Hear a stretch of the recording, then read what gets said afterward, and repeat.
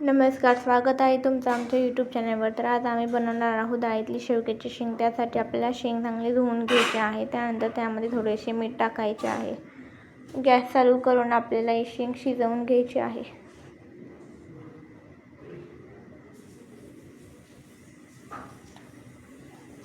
अशा प्रकारे आपली शेंग शिजली आहे. त्यानंतर 2 टोमॅटो चांगले धुवून कापून घ्यायचे आहे.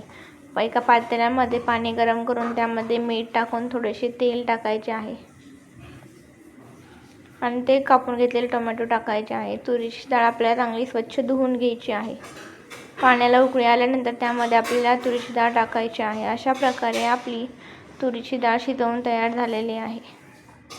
त्यानंतर दुसऱ्या पातेल्यामध्ये तेल गरम करून त्यामध्ये जिरी, मोहरी, लसणाची पेस्ट टाकायची आहे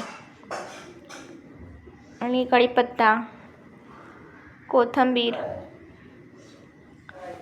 त्यानंतर घरगुती काळा मसाला, लाल चटणी पावडर आणि थोडासा गरम मसाला टाकायचा आहे आणि थोडेसे मीठ. शिजवून घेतलेली आपल्याला डाळ टाकायची आहे. त्यानंतर शेवग्याची शेंगसुद्धा टाकायची आहे. अशा प्रकारे आपली चांगलीशी भाजीशी तयार झालेली आहे तुरीची शेंग. भाजी आवडल्यास कमेंट करून नक्की सांगा. व्हिडिओ आवडल्यास लाईक, शेअर, सबस्क्राईब नक्की करा. धन्यवाद.